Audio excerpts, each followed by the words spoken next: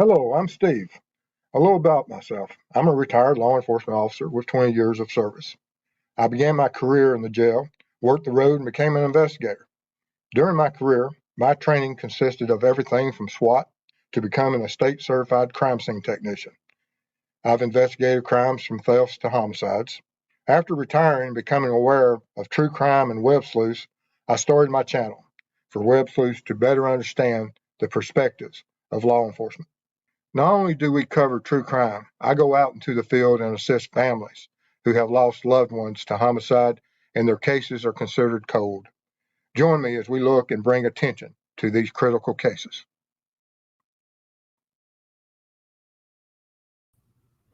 Hello, everyone. I'm glad y'all are able to join us tonight.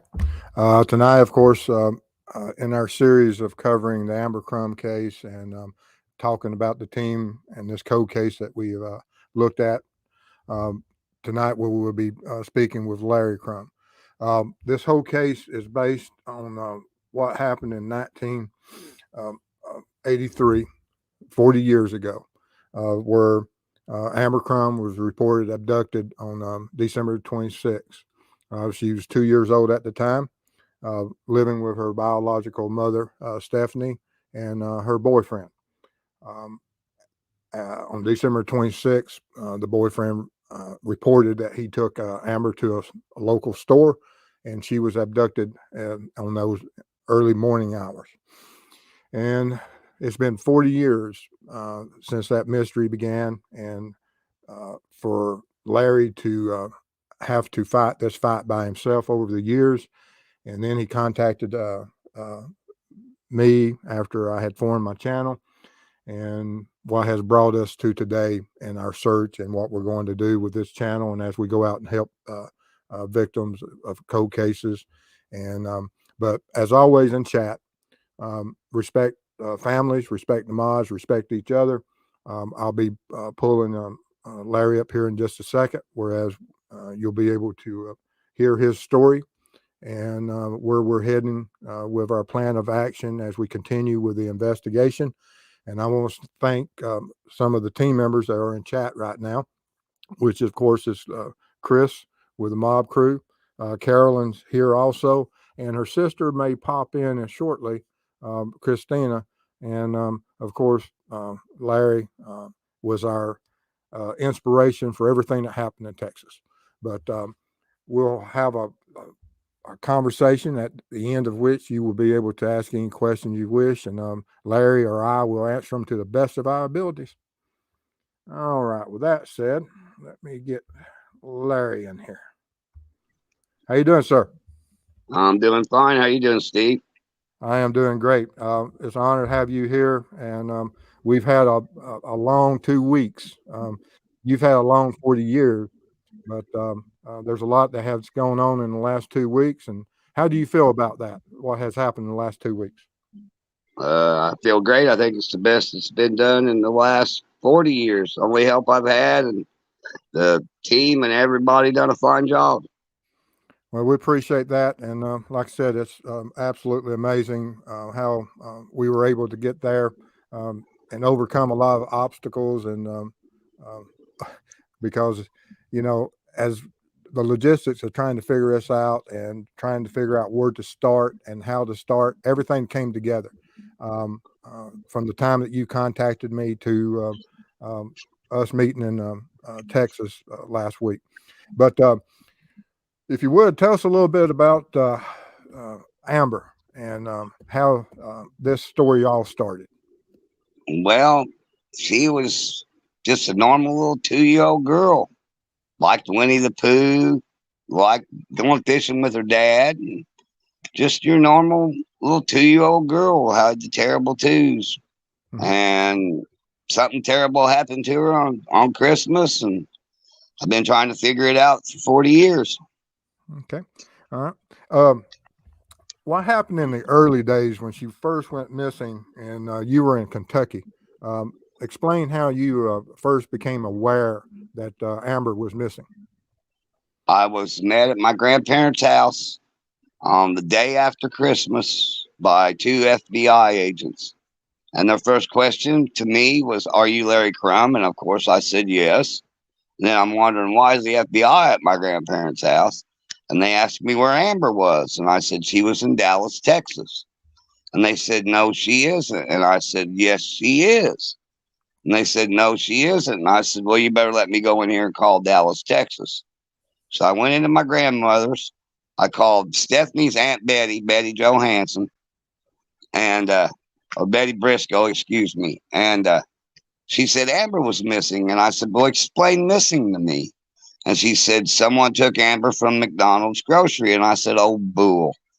So then I got Stephanie's number. I called Stephanie and I asked Stephanie, where's Amber? And she said, someone took her out of James's truck. And I said, oh, bull. I said, it's the day after Christmas. I said, so where's my daughter? And then it sort of went downhill from there because he grabbed the phone, and that's a whole different conversation. Now, where was your grandparents' house at, and how, what state is that in? Carrollton, Kentucky. Oh, okay. And so what happened after you, and what did law enforcement do just as soon as they found out that Amber was not with you? They guess they started an investigation because I was their prime suspect.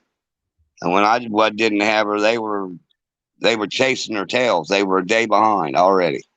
Uh-huh. Okay.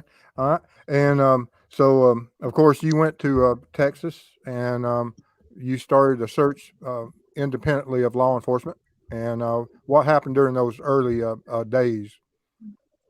Well, it was sort of a blur, but first we hunted for Amber, and then I answered the FBI's questions and the Dallas police questions, and then they put us on the news to ask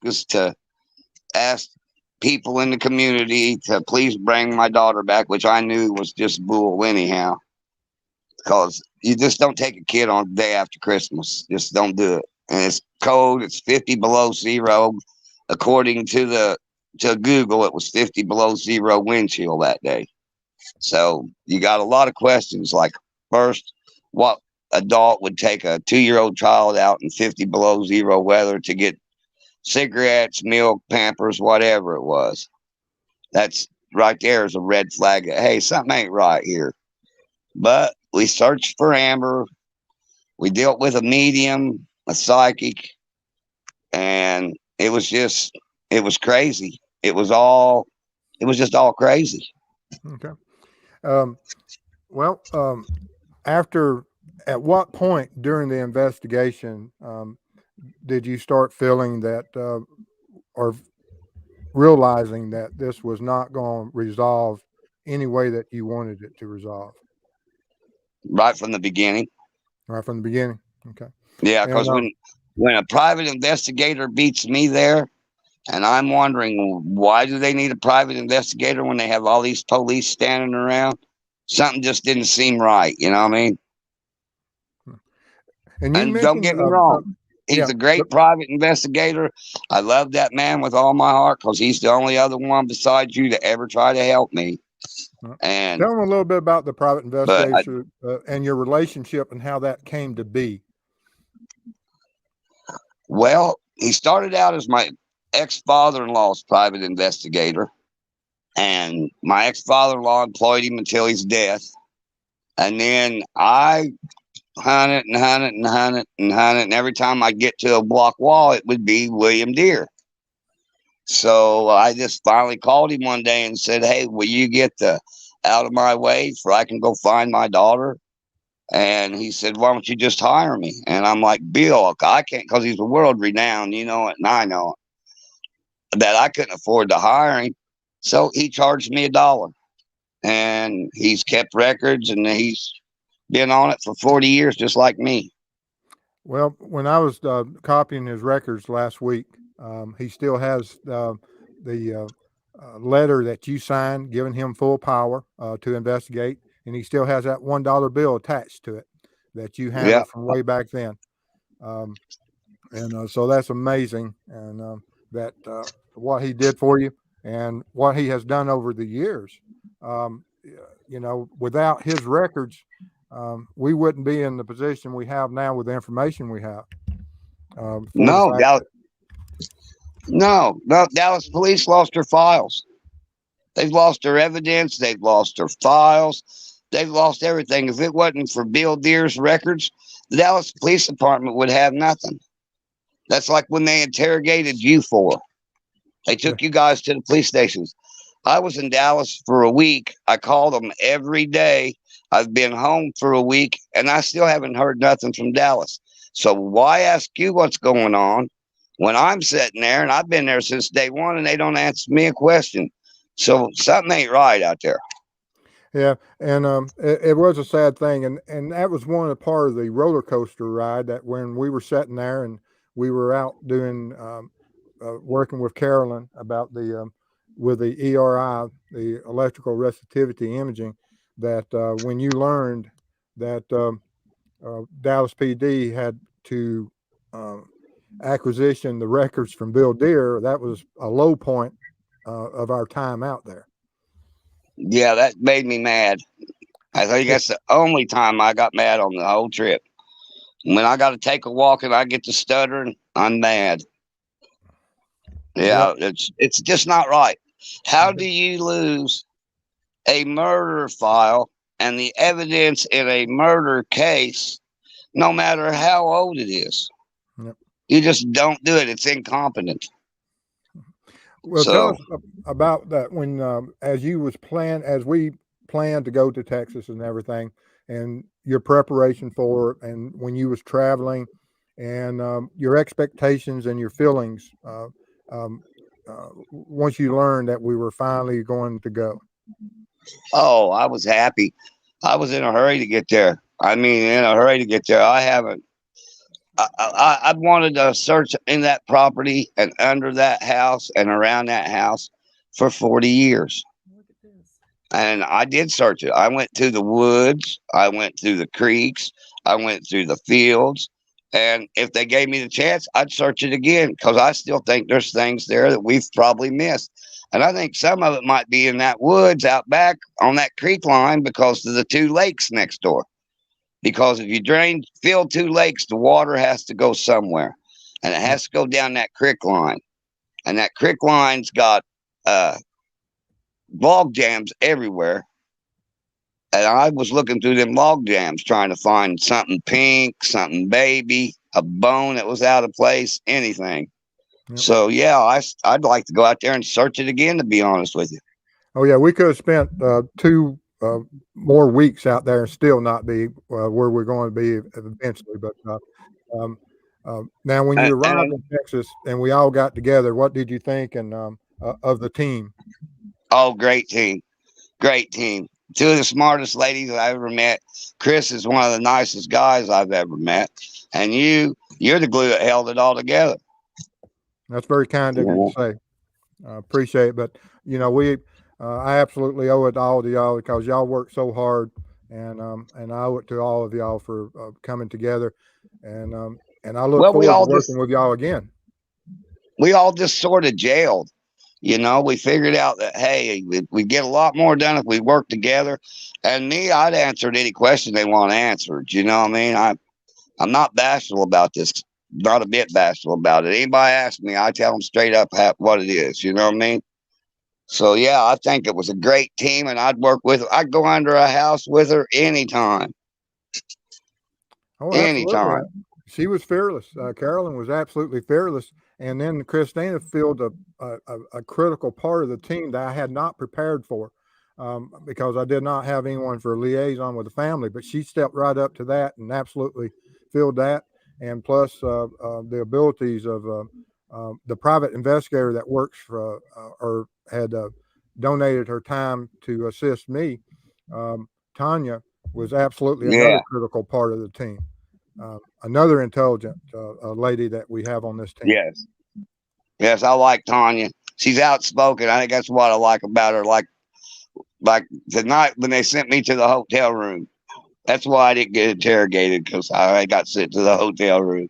Well, that was the same day that we found out that PD had Dallas PD had lost the records, and I really, like I said, I could see you was upset, and we really didn't need you um, uh, speaking your mind after a 5 hour wait because 911 got hacked while we were there, and Yeah. we had to wait for another 5 hours. So, And it was probably a good idea because the next morning I was the first one there, and Greta come out and met me, the homeowner, and she said, "Larry, I am glad they sent you to the hotel." She said they said things and you'd have probably went off. And I'm like, "Yeah, I'm glad I went to the hotel too." okay. You know, As we was doing the search, and each part of the search, while we were doing the field work outside of the house, it was a roller coaster ride also because there's certain information that, as Carolyn was processing it and looking at the numbers and things, and as we continued, um, how did that make you feel when we were finding certain parts that needed further investigations? it, I felt good because I was making progress trying to find my daughter.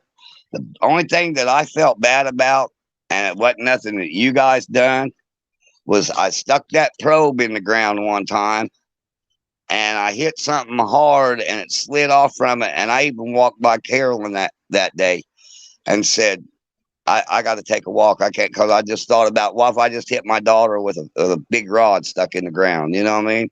Yeah. So I had to take a moment and go just take a walk. Uh, You know, it's the hardest thing I ever done is when I left Texas Saturday. It was the hardest thing I ever done in my life. I understand. Yes. Now let's talk a little bit about the going under the house, which was one of the main things that we was wanting to, for the fact that due to the weather conditions in '83, it wasn't conducive for anyone to be digging out in the yard. But the crawl space was a protected area. What was your feelings while you was under the house? Well, as soon as I crawled under the house, my first words is, "I told you I'd come back, little girl." That was my first words. And then started under the house, and I was the first one in there before anybody because I was worried about snakes and spiders, of course. So I I talked to Amber saying, "Please don't let me get snake bit, but I'm here."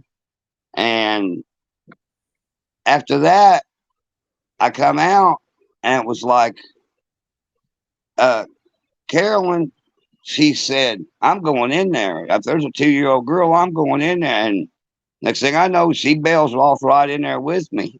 So I had a lot of thoughts up under there. My biggest thoughts when we found the bones, because I thought, please, God, please don't let me find my daughter's skull up under this house. Because I'd probably freaked out. And then when I get out, I talked to Carolyn and she said, "What were you thinking?" And I said, "I was thinking, please don't let me find Amber's skull up under here." She said, "I was thinking the same thing." Because it would have probably freaked me out. I'd have come out of there tore up. Well, and But I'd have had closure. So well, you that's have true. to take But the bad we with only the could good. get certain people under the house, and there was only two people on the team that could fit under that house, and you and Carolyn. Yeah, it was pretty tight. Yeah, but Like I told you now, earlier, I've still got knots on top of my head. yeah. Now, when we found that location, that depression, what stood out to you about when you, because that was on the second day that you went under the house, that when you found that depression, and it totally changed the path of the rest of our stay, because it was something that stood out that wasn't natural. Well, when I first seen it, because first time I went up, I went straight up the middle, and then you got to get to pipes. You got pipes running north and west, north and south on it. So I had to find a way under the pipes. So once I got under the pipes, I just stayed along that wall, which would have been the south wall because it has a dividing wall. And I didn't, the light under there wasn't the best. I just had a little light. But then the second time, she stayed up the outer wall, and I went towards the middle.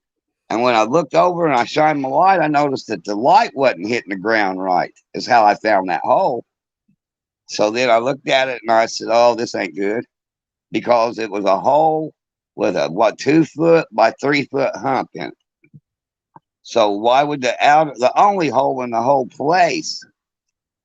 Why would that hole be there? And we've come to the conclusion we don't know why. It was just there. Yeah. Yeah. It You made know, no sense. Made made no sense absolutely no sense. whatsoever why that hole was there. And And plus, why was the white powder? Can I say it? sure. Why was the lime there? Yes. And why was the charcoal there? Yeah. And you know, as well as I do, that lime decomposes bodies, charcoal decomposes the odor. So why were they there? And we're not talking a bag of charcoal. We're talking a big pile of charcoal. Yeah. And a lot of lime. So, I mean, something ain't right with that. And that the rag, why would there be an old, dry, rotted, look like a receiving blanket up under that house? Yeah. You Oh know, yeah.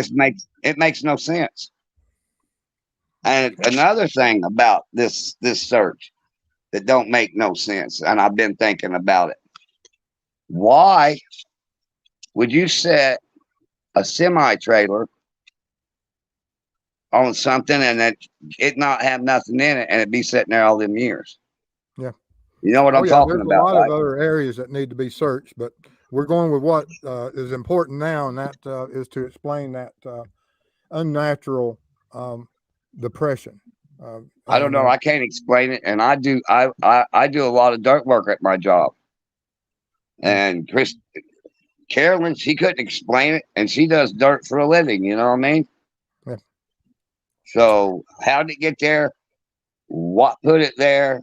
What did we find in it? You know, Yeah. and why were there so many bones up under that house? Yeah. All right. And Now that we because we got some other things that's going to be coming up in the future. Of course, we took all those samples. We have them. Mrs. Steve and I have been working for the last week processing all the soil, and we're about to get ready to.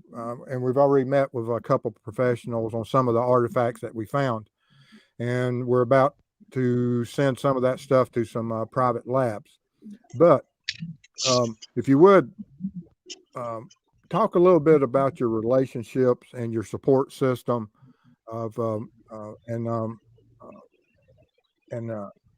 with Drew Collins, if you would please. Drew Collins, like my brother. All right, explain that Yeah. relationship. Huh? Ex- just explain the Oh, something relationship because a happened. lot of people don't know about What Drew. happened? Uh-oh. Hopefully he'll pop back in, guys. Uh-oh. He hit the wrong button, didn't he? Probably so. So we'll have to wait for a few minutes until Larry comes back in.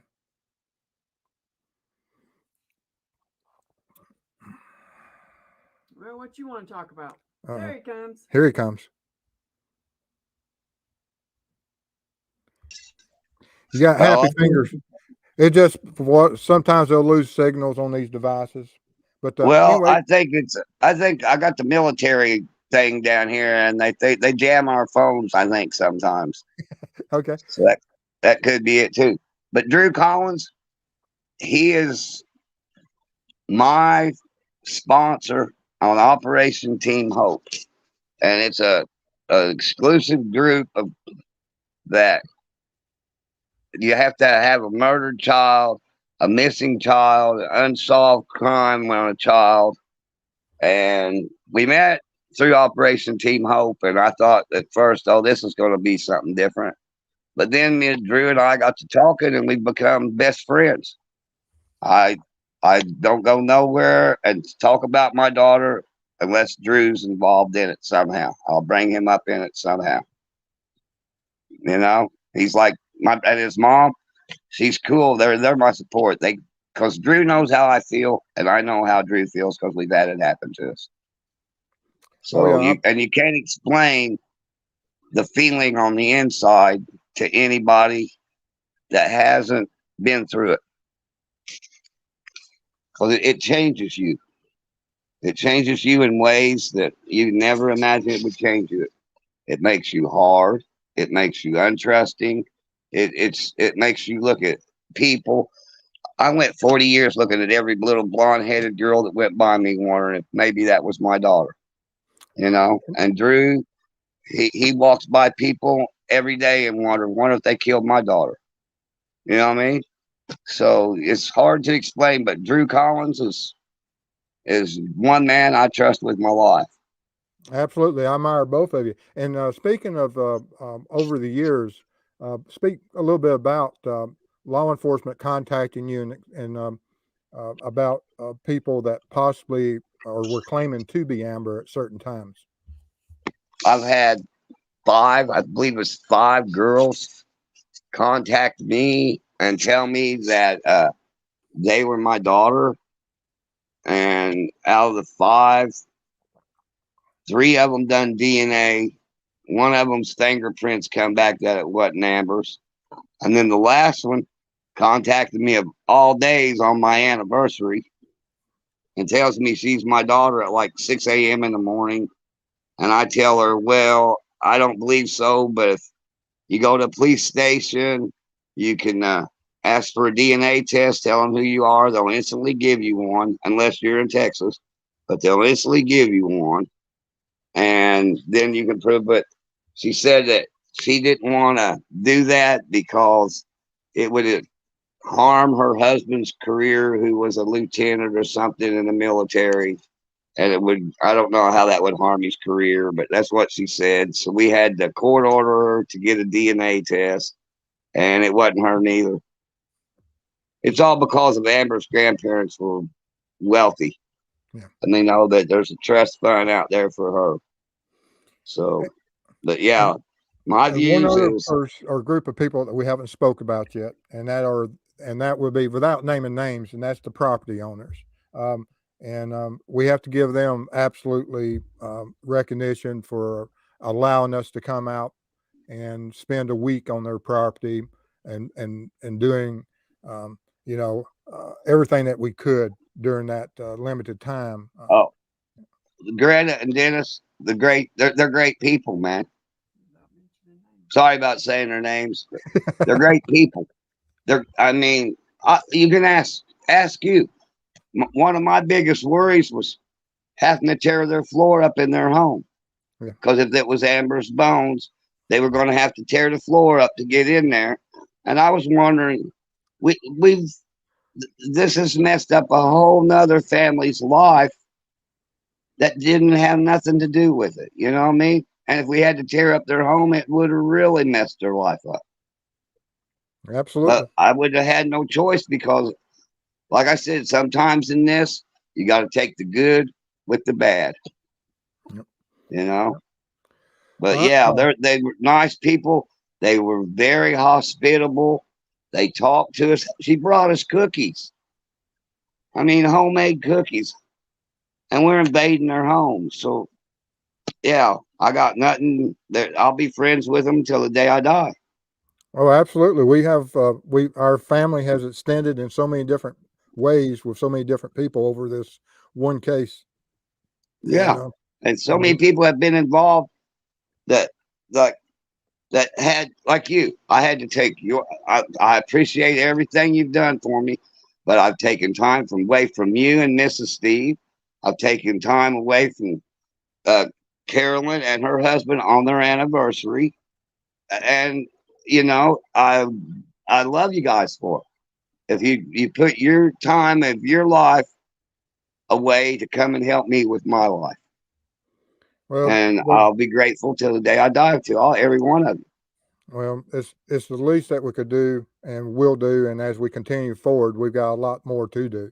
But there's so many people that support, and we couldn't do it without the support of the people of this channel. Because Oh, I never expected to be working cold cases. I was just a channel, a YouTube channel, and that's how you found me. Just out of nowhere, I get an email one day. yeah, and I can tell you what the text mail said. Hi, I'm Larry Crum. My daughter's Amber Nicole Crum. Look up Justice for Amber. and let me know what you think. And what, a few hours later, you called me back and said, "Hey, I think we can help you." And I'm like, "Good, I'll take all the help I can get." Mm. You know, Well, and that's all I ask is someone with the knowledge that this team has to look into this to prove to me that things aren't right. I mean, things aren't really right. The police have messed it up. The the people that started this, which I don't know if I'm allowed to say their names or not, but you know, they should have been held responsible. Period. I They agree. say, "Oh, we got no body," but you got plenty of evidence between the people at the store, the people in the neighborhood, that saying this was no. You got a witness to him pulling in the parking lot with no one in the truck. You know, what more do they need? I understand, But and like I said, we're going to try everything and do everything we can, and we still got a lot of avenues left open, uh, not just with the lab work, but as we go back out and continue the search and some interviews and things, and you know, plus we've also got to go help Drew, uh, oh and yes, we got to help Drew. absolutely. Drew's But Drew's in there too. what was your what was your final thoughts and feelings as you left Texas? I cried all the way to Little Rock, Arkansas, because Hmm. in 40 years I had never said goodbye to my daughter because I just couldn't bring myself to do it. And that morning, Saturday morning when I left, I asked them to get me a flower. Well, Chris went and got me a flower, and it happened to be a snowball bush, and it was a live flower. So I put a note on it and pinned it to it, and I left it on the homeowner's porch. And I put on that I would be very much honored if you would plant this flower in your new home to remember my beautiful daughter Amber. And I said goodbye, and I got in my car and I drove home. So that were my last words before I left Texas was goodbye, little girl. And hopefully that someday that we'll get this straightened out. But it's just got me so just I don't know how to respond to it no more other than let it do our thing, do what you do, and let the girls do what they do, and see what we come up with. Like you said, it's a three-plan thing, and let's hope we don't have to get to the third part of the plan. Yep. Well, we'll get there if we have to. But we've got a bunch of we got a few questions in chat, and we got some All right, recognitions to do in chat right quick for Mrs. Steve. I'll And answer so, anything they have to say. okay, all right. So if you want to recognize those Okay, people, hold on 1 second. Let me catch up. All right, we have. Let's see here. we couldn't do this without Mrs. Steve. Yes, you Oh, could. now I'm, that's I'm AI, ain't it? Huh? That's yeah, the that's what AI. the ladies were accusing Mrs. Steve of being artificial intelligence, and Stick her with a pin, see if she screams. Artificial. uh-huh, Me? uh-huh. All right, here we go. All right, first one is I the can't mom hear her. You'll have to tell me, Steve. praying for y'all. Thank you, Mike. Appreciate your support. All right, now we've got some questions. Are y'all ready? We are ready for questions. Okay. You'll All have to hear. right. First one is cocksureness. Does a store still exist that she was claimed to be snatched from? Yes, it still exists, but it's under a different name now. Chris and I went there, and if you watch if you go to the Mob Crew and watch the last two of his shows regarding Amber, you'll see that store mentioned in it. Very small parking lot. It's not a place during an ice storm that a abduction would occur, and so it doesn't fit the storyline. And Dandy, is the boyfriend still alive? Yes, he's still alive. He lives in a different state. Stephanie and him are no longer together. They're separated, and but he's in another state near Texas. Okay. Stephanie Ceresi, files and evidence does not get up and walk away on its own. Someone disappeared it on purpose. Why would they do that? Well, we're talking about a 40-year-old cold case, and was there some negligence as far as the case file being handled? But over 40 years, buildings get built, files gets transferred, new, everything gets moved. And people had retired. How many investigators over the years have you've talked to and worked with, Larry? Let me see. One, yeah. I say at least 8, if not 10. Yeah. And through those 8 or 10 handlings and people taking cases and moving it from one part of the building to another for looking and reviewing the case files, that it happened. And not saying that was right, but that it did occur. And we didn't know that they were missing until I went and met with the Bill Deere. And I think he said he replaced them, that he was contacted by Dallas in 2017.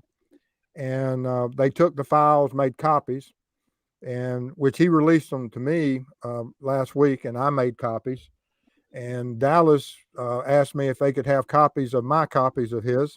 And so, because I don't know if they still have them from 2017, but they do now. They have at least my copies that Christina and Tanya made for us. Okay. For me? Uh-huh. Okay. All right. 837. That's still bad when I got to go to your private investigator to get copies for your daughter's murder. That's just bad. Oh, I know. It's a sad situation. Now, they may find them, and I expect they will at some point, and they've just been misfiled, located somewhere. I hope. Well, tried to call the cold case unit while I was there. And of course, you know what I got. Please leave a message at the beep and we'll get back to you. Hell, I called homicide and that's what I got. Please leave a message at the beep and we'll get back to you. And I'm thinking, boy, hell of a homicide division. Oh, yeah. You ready? Yes. All right. And from Dandy, does anyone think there's even a remote possibility that Amber may be out there somewhere, alive? 2-year-olds don't remember much. Well, I've had my thoughts about that. And I don't think she's alive. In fact, I know she's not. Because either that, because it's weird, her mother, who is supposed to be her mother, has never hunted for her, period. I mean, Well, she's not well, hunted part of for, the period. storyline was the mother at one point described Amber as being lifeless in bed, eyes fixed, and and there was a hearing that where the boyfriend was charged, and because Stephanie confessed that yes, Amber was deceased, and Amber had died in the house. And of course, when she changed her story during that hearing, the judge throwed all the information out and released the boyfriend, and that's what we base that she's not alive is based upon what she said occurred in that residence on the 25th of the evening of the 25th, and because no mother, that I know of would ever describe their child as deceased unless that child was deceased. Yeah, why would you make that story up? Yeah. I mean, out of all the stories you could have used, why would you make that story up? Yeah. So You that's know? That's what the everything's based on, that she's more than likely deceased, and it happened that on the 25th. Yeah, I'd say she's pretty much deceased because if she wasn't, if she was missing, why wouldn't Stephanie, or why wouldn't even James, because she was with him, why wouldn't he even look for her? You know, you lost a little girl. Would you think he'd look for her? Yep. I mean, just just a thought. All right. And WL22, he'll contribute money for new floors so homeowners can simply pull floors and access crawl spaces. Well, hopefully that won't come to that. There's still a possibility. It depends on what the lab work, with what information we gather in the coming days and weeks. But absolutely appreciate that, and I'll let you know if we need that. Thank you, WL22. All right. And from Molly, Nice is there people. access to the crawl space from the interior of the house or just that exterior window? Just the crawl space entry point at that where both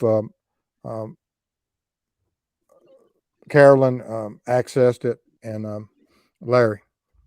That's the only way to get in there. But now, could you cut a hole through the floor? And it has been before at some point. They pulled up some of the flooring, but right now it has hardwood floors on it, and it's inaccessible unless you pull up some flooring. Okay. And from Mary, has anyone done a background check on the boyfriend? His jobs, hobbies, landscape experience, etc.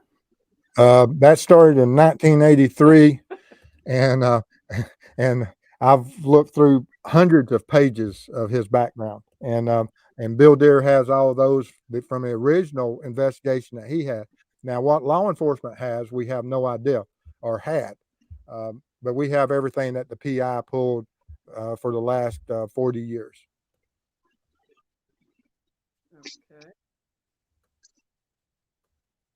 Yeah, Christina says, "Don't forget the hole in the bathroom floor." You could shout there. Yeah, there was a small hole, but it wasn't accessible that you could get a person through. It was surrounded by pipes. Yes. Don't forget the whole. Oh, yeah, that's what I saw. Okay. Let me check that out. Okay. All right. So I think we're good there. Okay. That hole in that backyard, that's been bothering me too. Oh yeah. Well, that's in the next stage. Whenever we go back, if this doesn't work out with the lab work, then of course we've got other work to be done. Yeah, I know, but just something about it when you walk that yard and it's flat, and then when you go up to where that fence was and you look down, it's like it's flat 2 yard, and then it's got like a little tiny drainage ditch that runs straight to that hole. And water always seems to run to the lowest spot, and the lowest spot would be that. But why is that the only spot? That's Well, that, I understand. It's a question that we will answer at some point. Hopefully, we don't have to answer that question. But there was artifacts found there in 1990, early 90s, by the current homeowners, where they found a crib sheet and some bones that they turned over to law enforcement. That's never been answered, and it comes from this low spot that Larry's describing, and that was one of the reasons, and the main reason that Carolyn was able to use and come and brought the equipment down was to analyze that area of the yard. From Mary, why was there charcoal and lime poured there? That's a mystery, and that's what we're trying to answer. Okay. And Siren Moon, what confuses me about Mom's statement is why not take her to the hospital or call the ambulance? Well, there was, as a lot of things that happen in relationships when children or even individuals not reported deceased is due to other criminal activities, possible abuse, possible drugs being involved. And that, of course, was made. If you look at some of the news articles, you'll see those accusations were made during the hearing in 1984. Okay.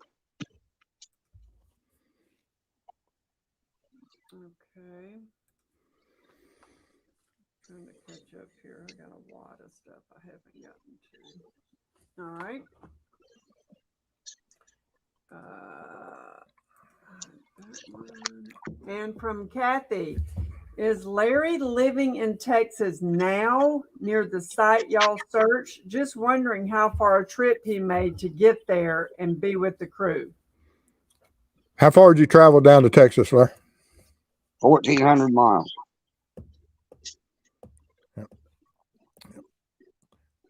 Took me 14 hours to get there.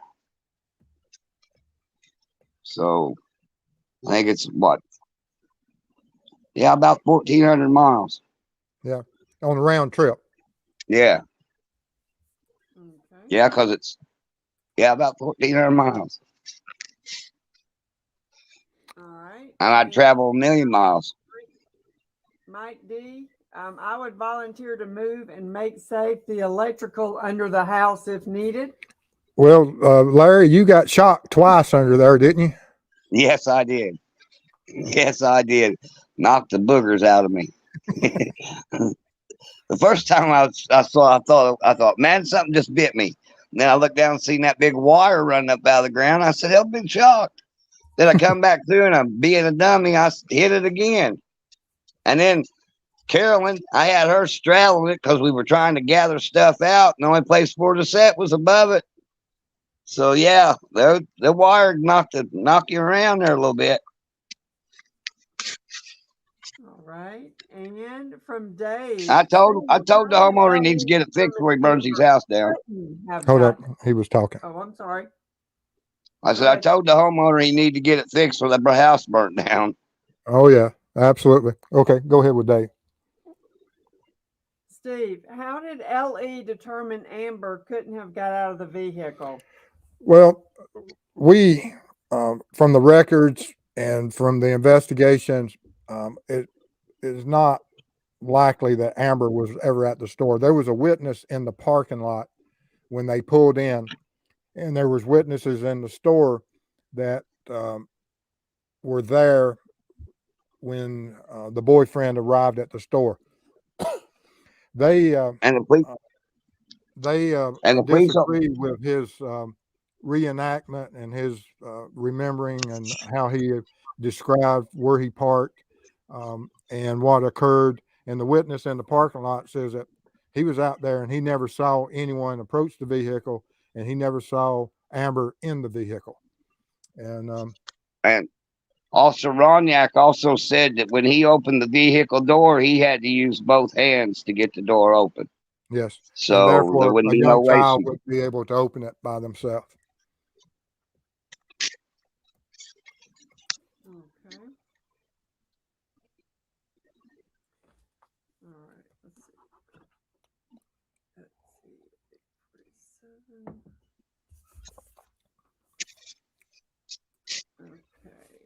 Digger guard Dave's done. All right. And the prof, how much looking was done at the boyfriend? What kind of story is he telling? Well, originally a lot of was done, and but once the charges were dropped, they have been dropped, and there's the original PI, of course, continued his investigation and feels strongly about the boyfriend all the way up to this day, as we all do. All right. And from Kat, does the ex-boyfriend have any history of criminal activity? Yes. Yes. Yes. Okay. And Dave, was there any doctor visits before Amber went missing? That's a great question. Do you know if there was?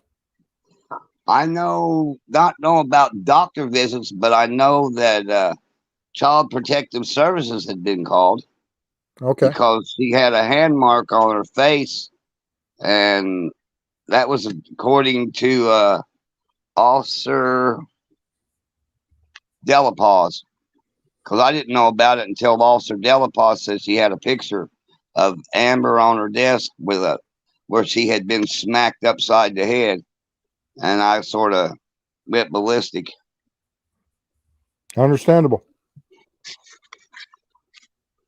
All right. And Miranda, what type of job did Larry do over the years? Me, Yeah. I'm a bridge builder. Okay.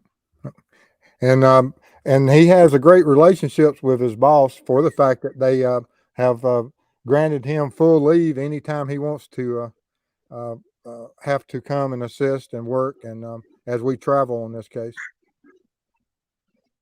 That's awesome.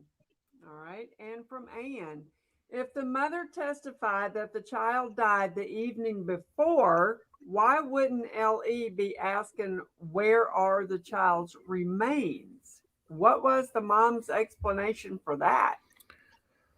Well, there was a lot of investigations done, and mostly the answers. Now we don't know what law enforcement asked, but we do know what the private investigator asked and what steps he took. And he took some pretty revolutionary steps of things that I had never heard done by a private investigator before. And those questions were asked, and she never told. I believe it was tit for tat. If you tell on me, I'm going to tell on you. So let's just keep our mouths shut. In Texas, no body, no foul. And they just went on about their lives and chucked her out like a piece of trash.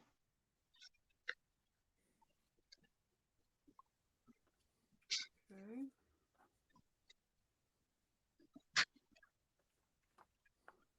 I'm still behind.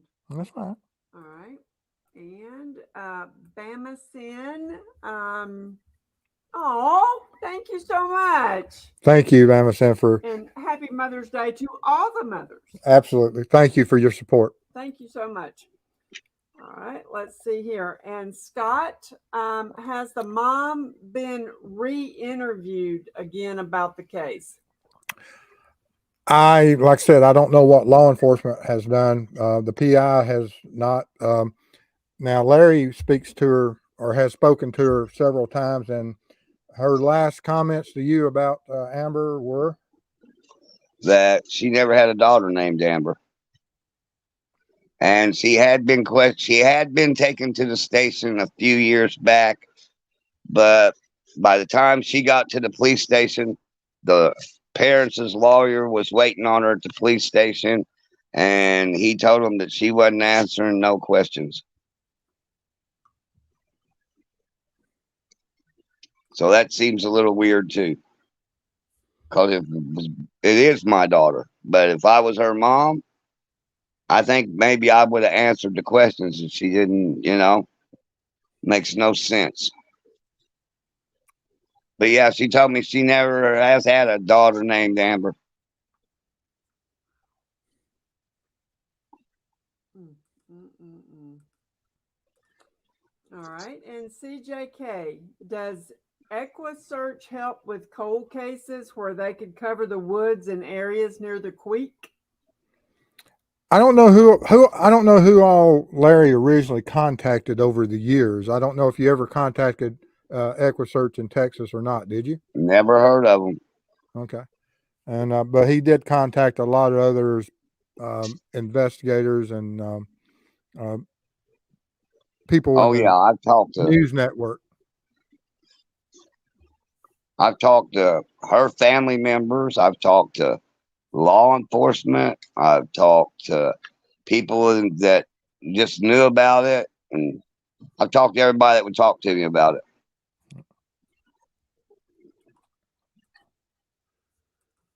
Okay. And from Debbie, I have 6 boxes of Logan River white oak floors I would donate if we come to that point. Thank you for your for that, and hopefully we do get to that point. I Yeah. absolutely hope that we have to take that floor up. All right. And from Molly, did the blanket found under the house look familiar to Larry? No. It was just strange, and we have it, Well, and it is what was strange. strange about it was the color. Because what color was it? Pinkish. What color was the coat she wore? Pinkish. What color was Piglet? Pinkish. So it's just weird that pink just keeps coming back into my life for some reason. All right. And from Mary, how long was that big red tractor parked in the yard? I have no idea how long that tractor been there. That was the homeowners, and he had it there for about the last 7 years. Yeah. And he's having a problem keeping the starter on it. All right. And from Kat, was Amber born in Dallas or Arkansas? Dallas, Parkland Memorial Hospital. And criminal med connections, would you be able to see the child in the car seat from where the witness was standing? Well, he testified in court to what he saw and where he was standing, and that he never saw the child in the vehicle. And in 1983, they didn't use car seats very much in Texas. I'd say she was probably be standing in the front seat like she did with me. Okay. Okay. Let me get rid of that. And Sylvia, has Larry uploaded his DNA to GEDmatch? Is that genealogy match? Yes. Okay. No, but the FBI has taken my DNA. Okay. And Scott, is double jeopardy in effect for the boyfriend being released in jail or not? I don't believe so. The hearing that they had was just probable cause. It wasn't a jury trial. Okay. And from Anne, but how could the mother get away with saying the child died and then there was no remains? LE would just let that go? No. You want to answer that one? You want me to? You can go ahead and answer that, Larry. No body, no foul. Been one conviction without a body in the state of Texas since it existed, and that was just recently, 15 years ago, give or take a few years. But yeah, in Texas law, they don't have the body, then it's just a missing case. And unfortunately, they, for whatever reason, it was not pursued, or if as it was pursued, they've never. And that was one of the things about the PI, the original PI, Bill Deere, that when we found out, when I was talking to him and speaking with him, and Larry was speaking to him, and we found out that the crawl space had never been searched in 40 years. And then we had that ice storm, which was a shock to both Larry and I. Ready? Yep. All right. And from Miranda. Oh, thank you, Miranda. Thank you. Appreciate your support. Right. And cocksureness. Could the blanket been discarded during construction? I've seen construction workers use anything for a rag or towel or whatever. It could have been, but it just wasn't in a logical place for that to have taken place. Yeah. All right. And criminal med, are Amber's grandparents alive? If yes, do they remember Amber? They're both dead. Okay. And seems like LE at a minimum could have pursued tampering with deceased remains charges. That's a first-degree misdemeanor for not reporting and felony if moved under present Texas law. Well, yes, and like I said, we don't know what law enforcement did back then, and how they, Larry can tell you what was the general consensus as you were speaking to the investigators about the cold case. Um, what were their feelings about what type of charges would they pursue? Murder charges against them both, which carries the death penalty in the state of Texas if you kill a child. And that's how come the attorneys are always waiting if she goes to the police stations. Yeah, I still don't understand how you can have all this evidence and not have a body and not get charged for nothing. It's sort of like playing basketball, no blood, no foul. You know what I mean? Yep. All right. All right. Well, wait. okay. One more popped in here. And it's Elizabeth. Thank you so much. Yes, she says, thank all of you for all you do and have done. Absolutely, it's an honor to work these cold cases and try to help these families, such as Larry, get some closure on these cases, and meeting such a great team of people that step forward and travel to Texas with us. And we couldn't do it without everyone that supports this channel, supports our foundation, and just absolutely amazing. One more from Purdue RN. Okay. And from Purdue RN, give Winston some sugars. Are there any pictures of Amber and her mother in the same picture to show the mother to jog her memory? I don't have none. I've got pictures of Amber, but I don't have no pictures of her mother. Okay. All right, let's see here.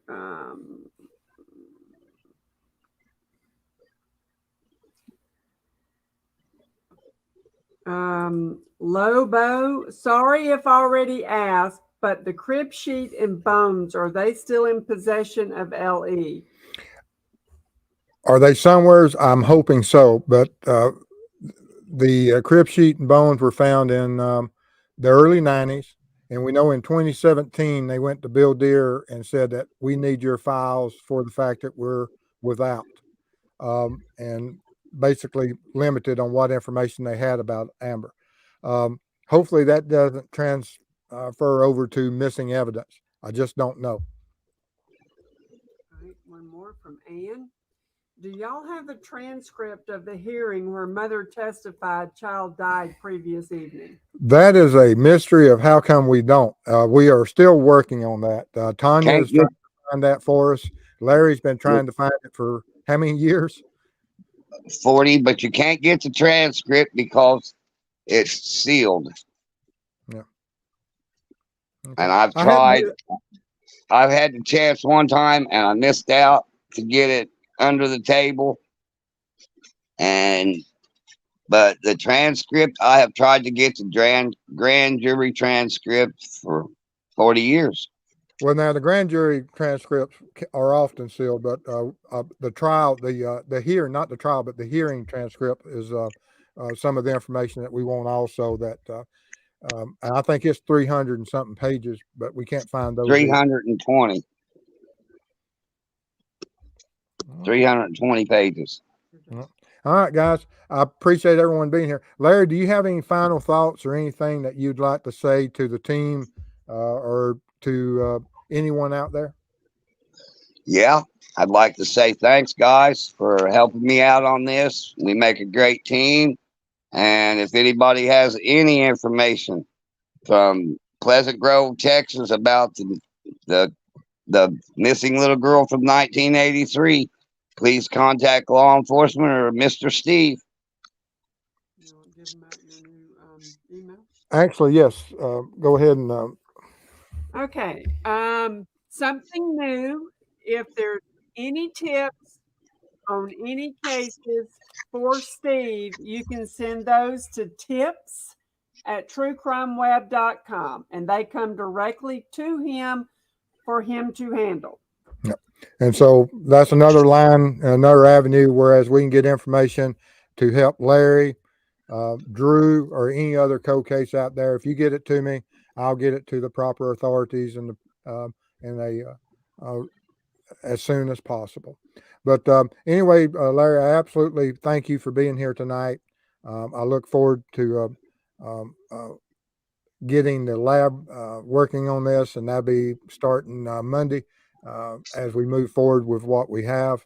And but it's been an honor and to work with you. You absolutely what you have done in the search for Amber for 40 years tells me everything I need to know about you as a man and what a great father you have been. Because Carolyn brought up that point recently during the discussion that a man that would search for his child for 40 years would have been an absolutely amazing father. And you are. Yeah, I hope I would have been anyhow. And you are an amazing father. And absolutely, we'll do everything that we can to assist you in this. And thank you for being here tonight. I'm going to put you backstage, and I'll get back with you in just a few minutes. So don't hang up on me, okay? I got you. All right. All right. Thank you guys for being here tonight. If you like this video, absolutely share it with others. Join, share, give it a thumbs up. We appreciate y'all's support because we couldn't do what we've done for Larry without it. And but y'all stay safe out there, and we'll see y'all soon. Love y'all.